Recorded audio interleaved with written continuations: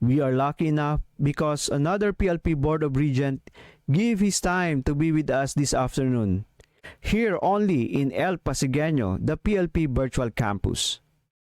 Our university president will introduce him and interview him about business finance. Good day to everyone. So I'm very happy that we are joined today by one of the members of our Board of Regents, Dr. Victor Limlingan. So I'm very happy to welcome you, sir, to our discussion for today. So it will be definitely beneficial to our academic community to be discussing the field of business finance. So maybe you can greet our audience and viewers for today. Dr. Vic. Yes. Well, I understand you want to talk about a business career. I guess these are for students who are trying to decide what courses to take, and then after graduation, what to do. No, so long time ago, Sir. I was also in that situation. Mm-hmm. I couldn't decide what to do, especially because I was doing well both in the arts and sciences. Yes, so I think, sir, we'll start from the very beginning because now, as you understood it, this is the point of decision making. And maybe I'll give you a little backgrounder about what our students are actually facing in terms of their decision making process now. As you understand, from 2013, when we had the new law enacted under the K-12, so now we have a senior high school, grade 11 and 12, that introduces different academic tracks for those who would like to pursue a post-secondary education. And one of the academic tracks in that will be the so-called Accountancy, Business, and Management, or the ABM track. So That's even as early as grade 11 and 12, sir, which was previously the first 2 years of our baccalaureate or undergraduate degree in the old curriculum, students are now going to be taking up some subjects related to accountancy, business, and management if they chose to actually pursue a career in the ABM academic track in senior high school. So naturally now the decision-making process becomes crucial for them because they don't actually want to waste their time by taking up this ABM academic track in senior high school. And then eventually, if they decide to go to college, then they will have a different track. So maybe we'll start from the very beginning, sir.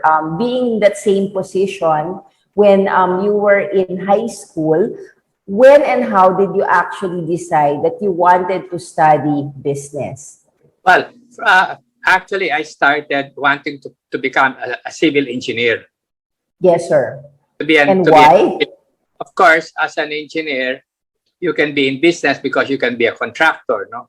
Or you can be working for a construction company. So that was my long-term plan at that time, no?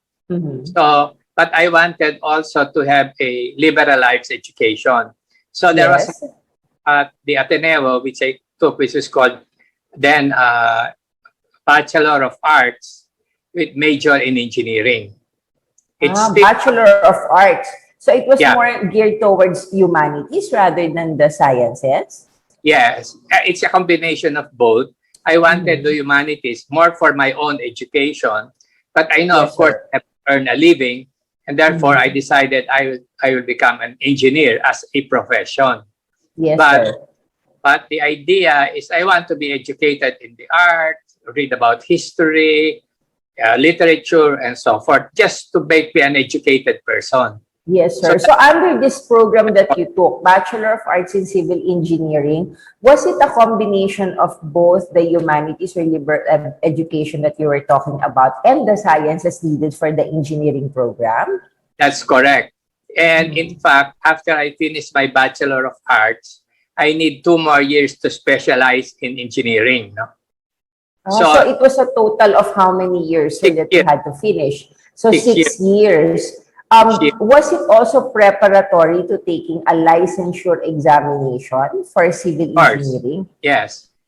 At that time, Ateneo wasn't offering any engineering. So the usual path is I finished my Bachelor of Arts after 4 years. Then Yes, I sir. moved to Ateneo or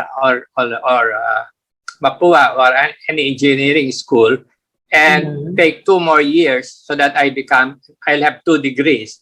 One is an AD degree and the other one is a civil engineering degree. I see. That was So my plan. apparently, sir, this kind of curriculum or pathway has been discontinued, or it's very often not the case that people will take a Bachelor of Arts degree at first and then eventually will take a science or engineering program. That's correct. But I think what happens now with the K-12, you could actually intend to go, let's say, for example, to be an engineer, but you could take liberal arts. Yes, sir. class. Because actually right now, sir, there's an academic track that will be geared towards more engineering in senior high school, which is the science, technology, engineering, and mathematics. Yes, yes. Yes, and so eventually, if you did finish that in college, as you said, you may just eventually decide later on to take up the whether it's ABM or the general arts and sciences track, they also have it similar to that. So in your case, sir, since you took both the liberal arts or Bachelor of Arts and also the engineering, Wait, so wait. yes, Yeah. what eventually That in was terms my of plan. career? Yes, Yeah, that was the my plan. But, But what things happened, sir, turned out eventually? the other way, no? Yes, Okay, so when I was going to graduate already from my Bachelor of Arts, yes, sir. a few years before that, my father died. Uh-huh. So we And were then, what was the result, sir? I'm sorry. What was the immediate result for you with his passing away, sir? Well, my mother had to be our sole support, so I didn't want to rely on her Yes, for sir. 2 more years. So I Mhm. was starting to already work. Okay, then, and did you? yeah, immediately because I have a Bachelor of Arts, I could work. So I was planning to work and then be a working student Yes, because sir. I didn't want to burden my mother anymore. Mm-hmm. Is So that what happened, sir? no, again, that's not what happened. What happened is Okay. for our graduation, Mm-hmm. Ateneo decided to offer the first full-time MBA program. They call it the In the MBA. graduate school, Graduate school, to have a master's in business. So they Okay. offered it as the graduating students. Yes, Then I sir. telling our student counselor, I'm sorry, but I don't have any money. Sabi niya, we will give you a loan. Really? There was a Yes. student loan available then? Yes, there was a student loan available. And he says, it's an MBA. You can take industrial management. Yes. So after 2 years, you don't have 2 bachelor degrees. You have 1 bachelor degree and 1 master's degree. Plus, we will take the money. Okay. So did you take that offer? And refuse. An offer you cannot refuse, definitely. Because it means that I didn't have to rely on my mother for financial support and my brother. My brother was also working, but I felt that with this package, with this proposal, Yes, it sir. was the best. It was the best Okay. for me, and therefore I went into business in effect Yes. because it was an MBA degree. I was planning engineering degree, but because I didn't have the money or I didn't want to put financial pressure on my mother, I decided to take an MBA. That's how I got introduced to business. I didn't think about business before that.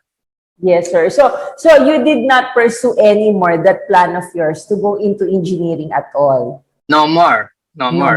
I see. After I finished my MBA, I got a good offer.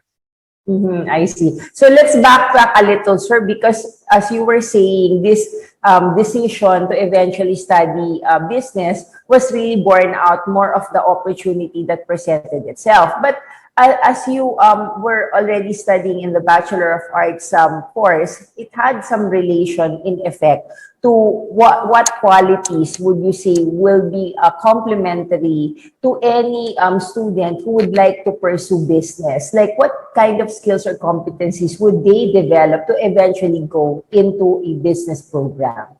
Yes. Well, they were telling it.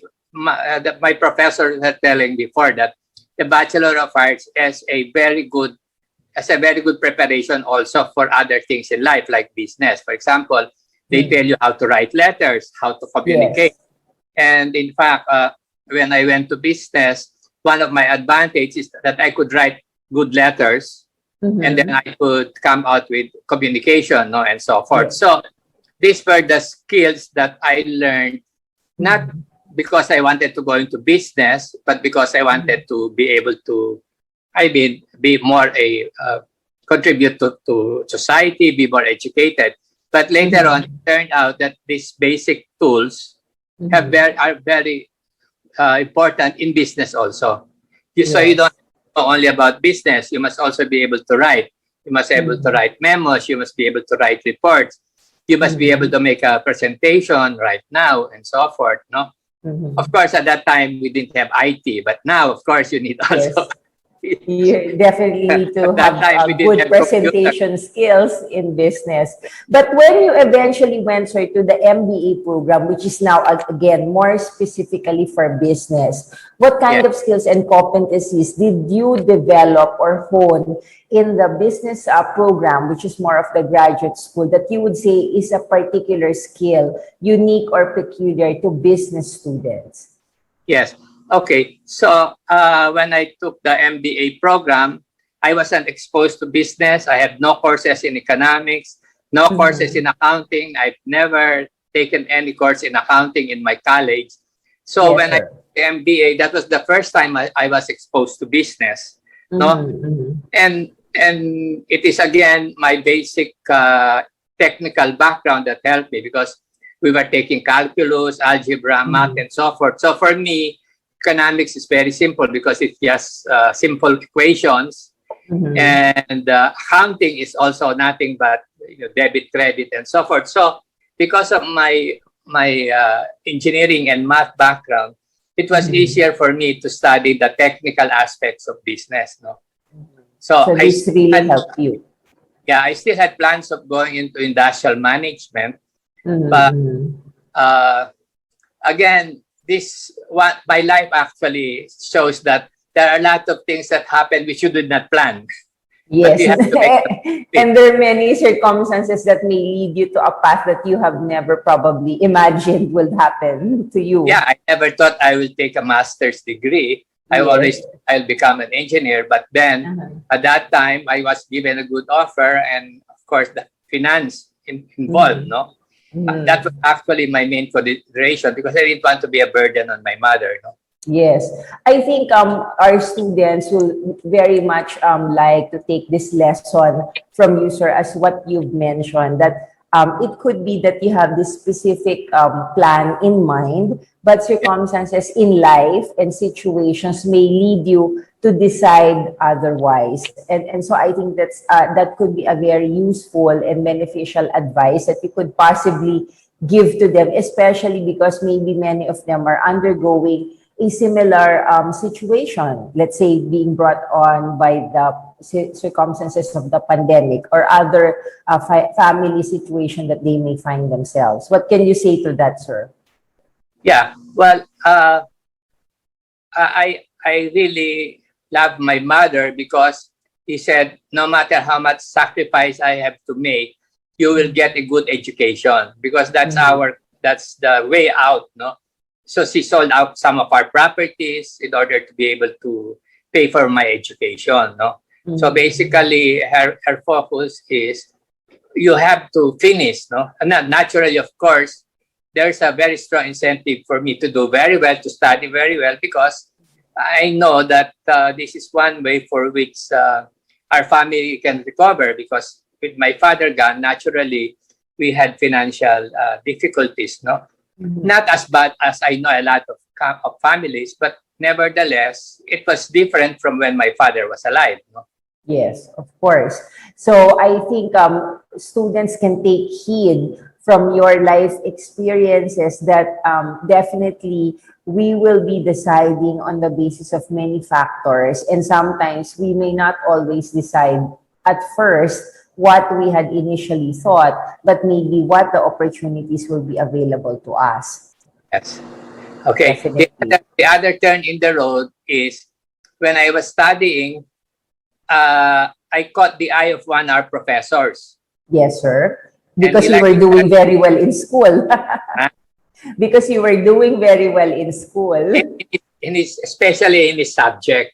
Yes. What was his subject, sir? It's called quantitative methods. Uh-huh. Using math or something to solve Yes. business problems. Uh-huh. And at that time, he was not a full-time professor. He was just a part-time professor. He was working Uh-huh. in an investment bank. Yes. So And that's so when what did the professor do or say to you, sir? they said, okay, when you graduate, you work for me. Uh-huh. Into finance. Yes. So So was again, that I was not exciting, sir, intending for to go you? into finance, but Mhm. then my thinking is my professor had a very good position. Mhm. Parang it's an advantage na, I mean, I'm known already. He knows me. So I'll get a Yes. chance to do something about it. No? So that's why Yes. I went into finance. Uh-huh. Because of this professor who invited you Yeah, to work with to work him. for the company that he works for. Yes.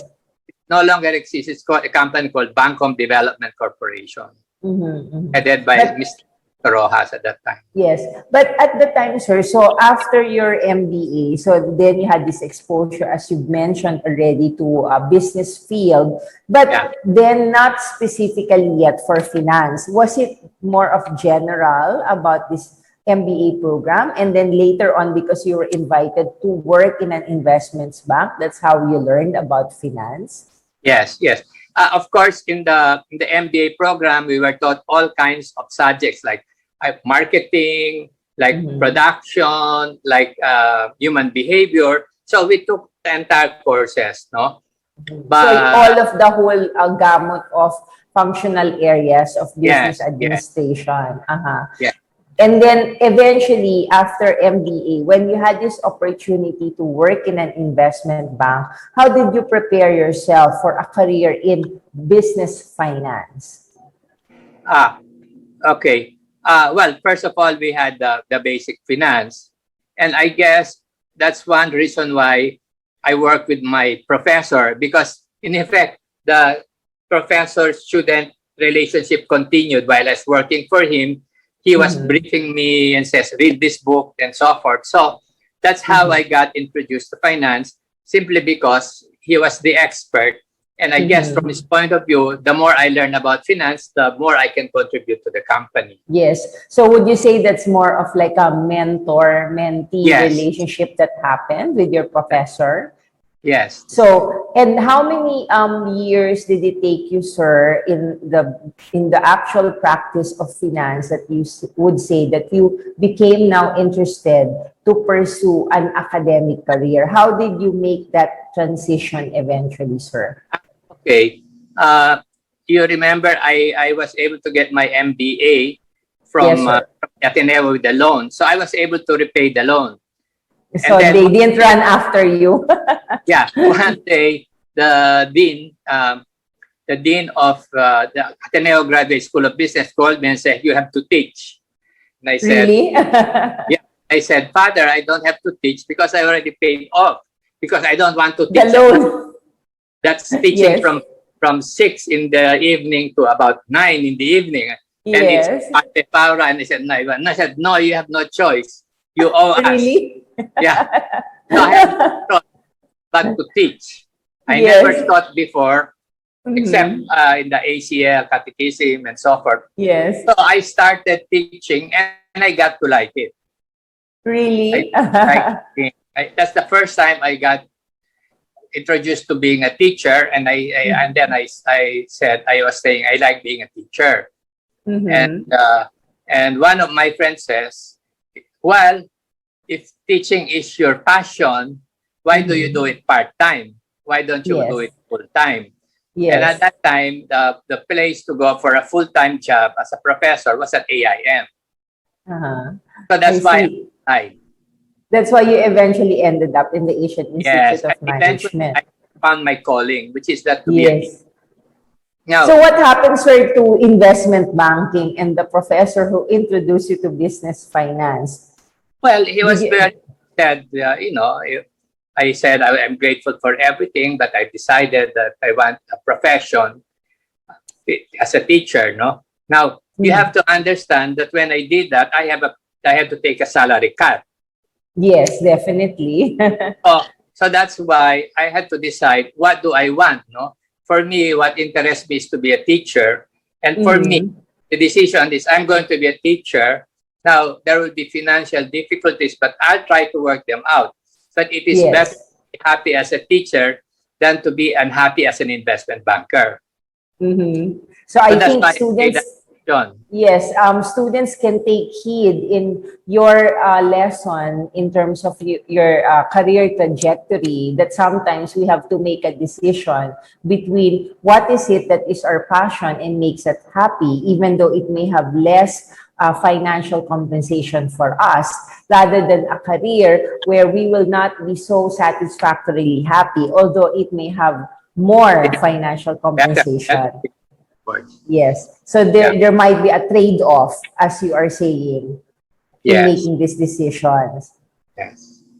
So when you already decided, sir, to have a teaching career, what particular subject did you actually teach eventually? Okay. I had a very interesting dean. He says, I'm not gonna let you teach finance because you know it. Really? Yes, I want you to teach a topic which you know nothing about so that you can be a better teacher. So my first subject was in marketing. I was teaching marketing. Which you had to study for I because you had studied, no background and in I marketing. verify because I don't know it by simply by instinct. I had to Yes. prepare for it, no, because he said that's the best way to teach when you feel that you don't know the topic so well that therefore you can appreciate the problems of your students. Because were you learning together with your students in this case? Because this was a topic that you did not have much background about. No, I never practiced marketing. When, of course, in investment banking, you try to use your services, but usually in investment banking, people go to you when they need money, right? Yes, exactly. Whereas marketing will be more They of are the one promoting. that you. Yes. So when you started to actually teach marketing, how did you also eventually now make this leap to further your academic career by then studying your doctorate program? Okay. So I guess again, as a professor where the pay isn't good, I had to think of other ways of making money. So I went to consultancy. I did some research because if you write a case, then you get paid extra and about that. So I started doing research, and then I noticed one thing. I noticed that in the Philippines, the most successful business group are the Chinese. Yes. Chinese. And when I look around, because we were also teaching all over Southeast Asia, they were also number one in Thailand, number one in Malaysia, and so forth. So I was trying to understand why they were so successful. So that became my field of research. And then my president, so for me, this is what is the role of the administration is. The president said, you have a very good topic. It is worth explaining a lot. But if you do it here, you will not get the recognition that you deserve. What you have to do is take the course at Harvard, doctorate course at Harvard, and make that your doctoral thesis. Yes. So I said, how do I get there? And he says, well, I'll help you. I'll talk to somebody and he will recommend you and so forth. Okay. But what about the money? I don't have money. So they said, no. Do you know that Harvard, there's a chair that was funded by Eugenio Lopez for Filipinos. So if you get into Harvard, you will get funded by that. No? Yes. But focus on, that's how it came out that my field of study became the overseas Chinese. I see. So, and discovered definitely the overseas Chinese and their businesses all throughout Southeast Asia. Yeah, Correct, they sir? were successful, considering, Yes. first of all, that there are very few. Secondly, they were discriminated against. Yes. They were In not the getting countries. support, no? Mhm, They were mhm. discriminated against, and even sometimes they were even persecuted. But parang they are the Jews of Asia. Yes. So with this very interesting background that had its roots first in your own experience in the Philippines of the overseas Filipino, eventually Chinese who became Yeah. successful here. And then you eventually were teaching business. What sort of lessons learned from that kind of background could you actually impart to our students if they do decide that they want to have a career in business, because it's actually a very wide Yeah. Well, field? What actually, kind of considerations would they have to think about? yeah. Actually, after that, what I did is I said, well, to be successful in business, there's certain process that you can. And I said, Yes. what we should do is help others. So what Mhm. I did is I wanted to help nonprofit, because Mhm. for nonprofit, as we said, you cannot do good unless you're doing well. Because if you Of can course. suffer, walang mangyayari, no? Yes, So yes, I sir. started working with NGOs. And Mhm. one of the cases that I wrote that's very successful was the story of the Good Shepherd Sisters of Baguio.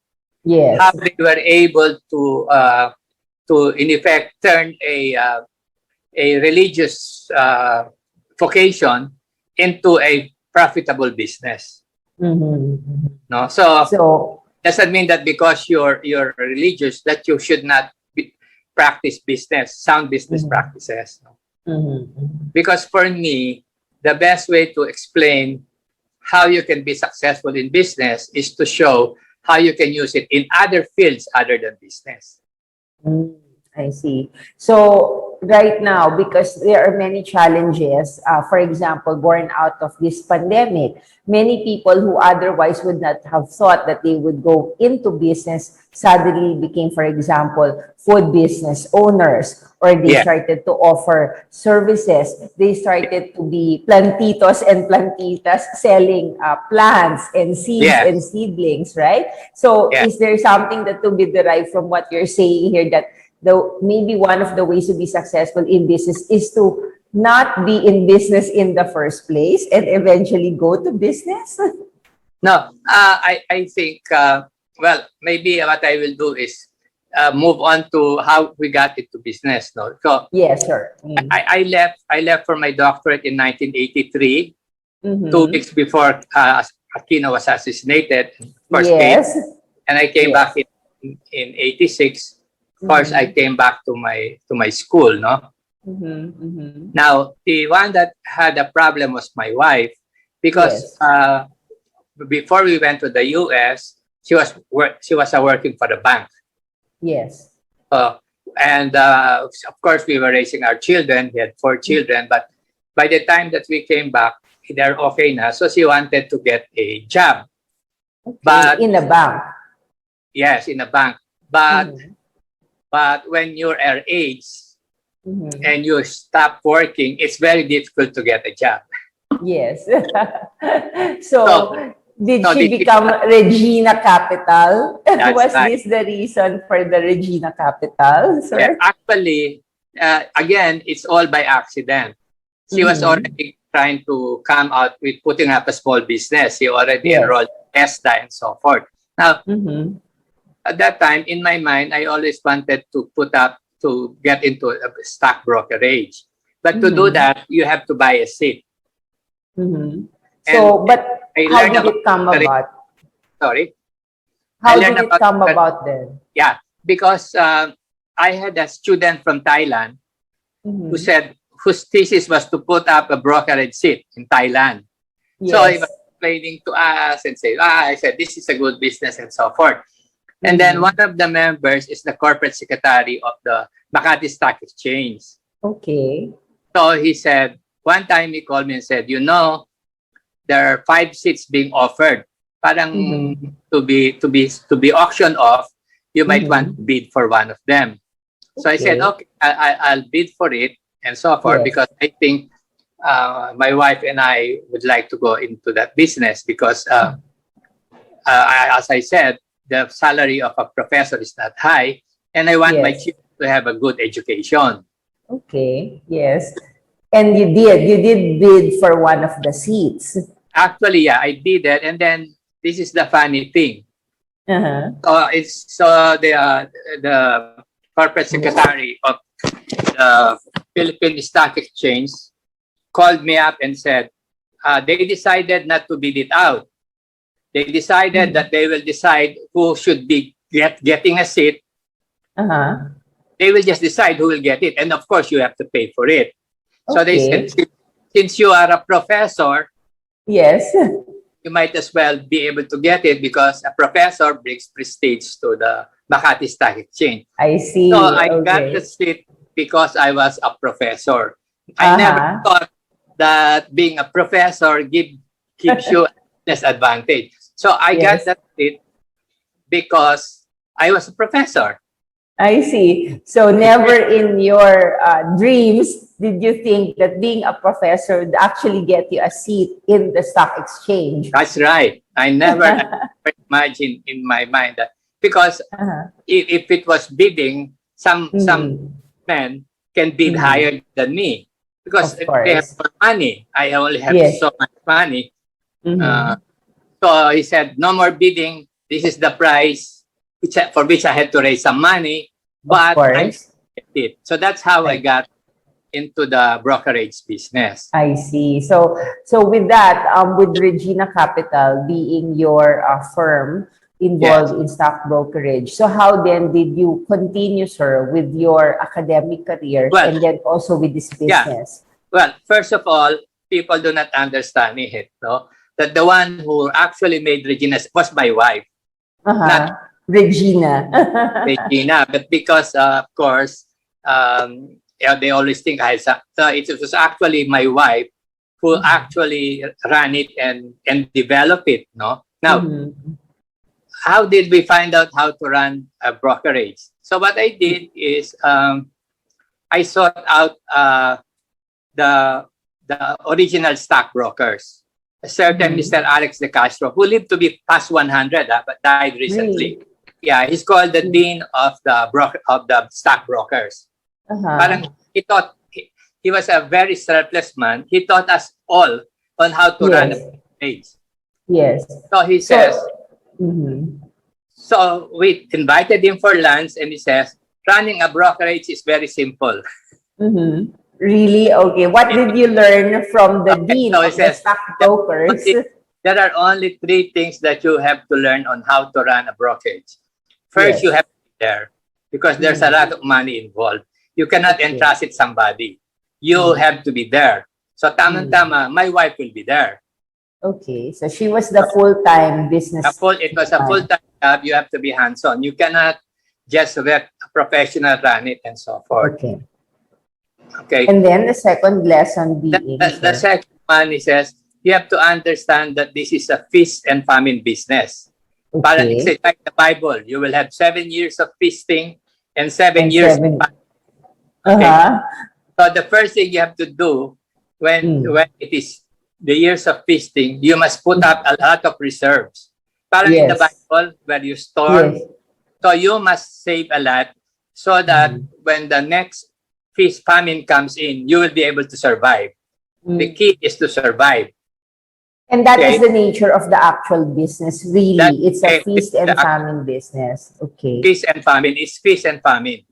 I see. And the last lesson that he taught you, Well, sir? no, first of all, because of that, he says, there are correlated to that. One, of course, is your organization must be for a famine business.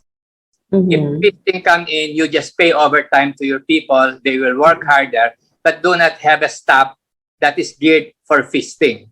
Because when famine comes, It will be difficult. okay, that's why when the famine came called COVID, we were prepared because we were not voted. Yes. So the principles of lean management were already being taught even at the time. That's right. And then he says also during the lean time, you must have some businesses to tide you over. Like in this case, he had a restaurant. So In that our was case, another a business. travel agency, no? Okay. The last in the saying is in this business, you cannot be lending money. They call it because they say it's very difficult when you lend money. You are not a banker. Yes. It's You are a different, right? broker. Huh? You're It's a broker. different. You do not know how to lend. And more importantly, you do not know how to collect. Therefore, do not lend. Okay, those are with these three simple rules, you're okay. That's it. And did you take to heart all of these lessons, sir, that was taught? Yeah, so the best is really to us. No, now I cannot, of course, give a general indication of how to be successful in business, but I think one of the key questions I always ask is, what does it take to be successful in this kind of business? Because there are different kinds of business. In some kind of business, maybe less important is location. Okay. So you have to understand the business. You have to understand what makes for success in this particular business, not success in business in general. In general. So No. isn't that the reason, sir, why even right now, because we do have courses in business, and then there are specific majors that are being offered for the different programs. For example, you have entrepreneurship, financial management, marketing management. So do you think there is a greater probability that if students take something that is more specialized in a particular business or industry, that they might have better background to go into that kind of business? Well, in our case, we have what I call industry studies. Yes. This cement industry.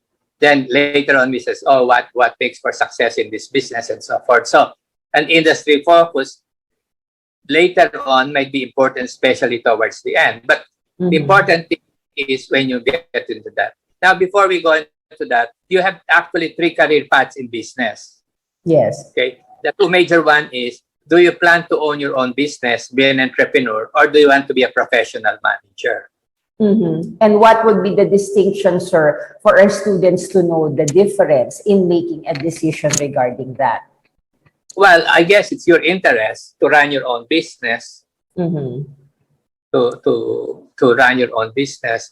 But the other thing is what they call the risk, no? Because running a business is risky, but if you are a professional manager, then it's not as risky. Then you have to also consider, if you're a professional manager, do you want to work for a Filipino corporation, which really means, do you want to work for a family? Because all Philippine corporations are family corporations. Or do you want to work for a multinational?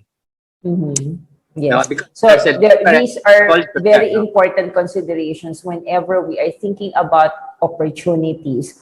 Also, I think one other situation or phenomena that has manifested itself in the Philippine landscape is that of the overseas Filipino workers. What do you think are the prospects now for young Filipinos, our students and recent graduates, insofar as the worldwide phenomena of overseas labor markets or workforce is concerned?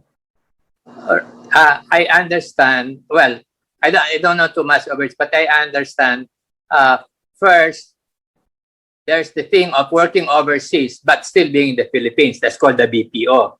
Yes. You're doing work abroad, but you're not abroad, you're here. Yes. No? Yes. So that's one possibility. So forth and so on. Of course, that is the best. No?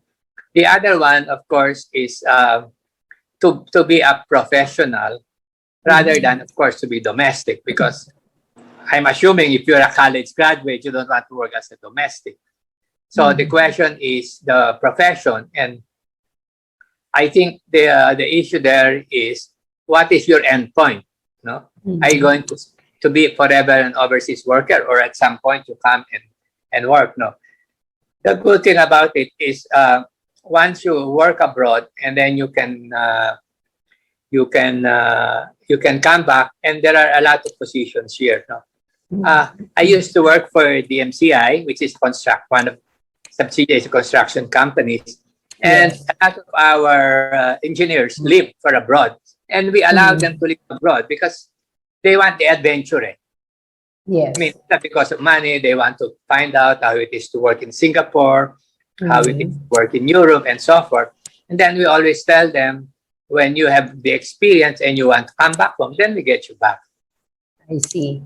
Okay, so there's always a possibility, even if students or recent graduates would want to look at overseas work, then whatever it is that we learn from other countries, we can always return to the Philippines and make it beneficial to our own situation. Yeah, maintain your ties. Mhm. Like the engineers that leave us and go abroad, they keep maintaining their ties with their fellow engineers, so that when they decide to come home, they'll say, "Oh, I want to come home now, and this is Yes. my experience." Then usually they can get a good job, because as usual, there are pro and cons of being an overseas worker. No, one of course is for the young one. You have the adventure. You can go to places. Earn a good income. But some people naman feel na at a certain point, they feel homesick, no? And so Yes. Yes. So given all of these very varied experiences that you've had both in the academe and also in the experiential learning, which is in the work environment, sir. So in the end, because we are talking about the field of business and specifically in finance, what can you say in a nutshell to all of the students and even the recent graduates who would like to have those kinds of studies, even further studies beyond college, and also if they would like to pursue a career specifically in the financial field? well, as I said, looking back at my life, I don't think it's possible to plan everything. Okay, I just follow what my interests lie, what I think important, interesting to me, and that's what I went. And of course, I found my calling early in life, which is that I wanted to be a teacher. Yes. Whatever So, I consult, is the question that's very easy to answer is, will it make me a better teacher? If I take consultancy, if I do this research, will it make me a better teacher? and So it did actually. All of these various experiences did make you a better teacher, sir. yeah, that's the main question for me. Does it make me a better teacher? Because So if in the end, that, that was your passion. yes. Yeah, which I just discovered. I didn't know about it. It's only because Father Bo myself forced me to teach. No? I see. So by the force of circumstances, you found your But calling. never entered my mind that I love to teach. Yes. And then when at AIM, they said, don't worry, if after 2-3 years you don't like it, you will leave of your own volition. But After you that, didn't leave. you'll stick forever with us. I see. I don't know if that's true in Pamantasan, no? But I think once a teacher, always a teacher. You always want to lecture people. Yeah. No matter where you are, I think. So maybe there's some who want to be banker and will always be a banker. I don't know. I see. So I think we've had some very, very interesting discussion for today, sir. Really, so many nuggets of wisdom that we were able to be imparted with. And so I think in the end, we want to, of course, want to throw all of these opportunities to our students to give them the challenge of finding what is it that they would like to have a passion for, what is it that they can be good at, and what sort of skills and competencies that they can prepare for, eventually not only for their careers, but actually for life. I think that's really what you're telling them. These are the life lessons that they can take from your professional, academic, and personal experiences. So your last words, sir, before we end our discussion for today, to our students, our graduates, and to our community. Well, as I said, I love being a teacher because of what you can see that you have inspired somebody. philosopher said, the mind is not a vessel to be filled with information. It is a Yes. fire lighted. Yes. I hope And so- always think that when I give a lecture, I have lit the fire of the mind of a student rather than filling him with knowledge. Yes. So with that, I think very, very apt words from our professor and our distinguished representative in the Board of Regents representing the business sector, but not only someone from the business sector, but specifically someone who has devoted himself to the academic field, specifically for business. So again, we thank you so much, sir. As you said, to lit a fire of inspiration. I think that's what we wanted to do. And now, because of these difficult circumstances, we are now in this new field called virtual world. So we have to try to communicate and reach our community, even if they cannot be with us face to face, or it's not possible for us to be together personally. We still need to find some ways to reach and inspire our students or graduates in our community. So again, thank you so much, sir. So we're looking forward to meeting again very soon. I hope when things will be much more safer for all of us. I had my first vaccine already, so That's good, sir. And very soon, I think the second one was this, of course, care of the Pasig City Local Government Unit, That's correct? That's right. That's good. That's very good, sir. So we wish you all safety precautions to take, of course, and the best of health to everyone. And maybe we can say health is wealth. Is it correct, sir? Correct. Yes. So with that, thank you so much, sir. And we look forward to meeting you again very soon. Thank you. Thank you. Okay. And that was Professor Dr. Victor Limlingan for us. So again, we wish everyone a good day, and we look forward for you joining us again the next time that we will have our virtual meeting and discussion. So thank you very much, and good day to everyone. Stay safe and healthy. Goodbye. Thank you, sir. Okay. Thank you. Thank you very much to our University President, Dr. Amihan April M. Alcazar, and to our PLP Board of Regent, Dr. Victor Limlingan. Thank you very much.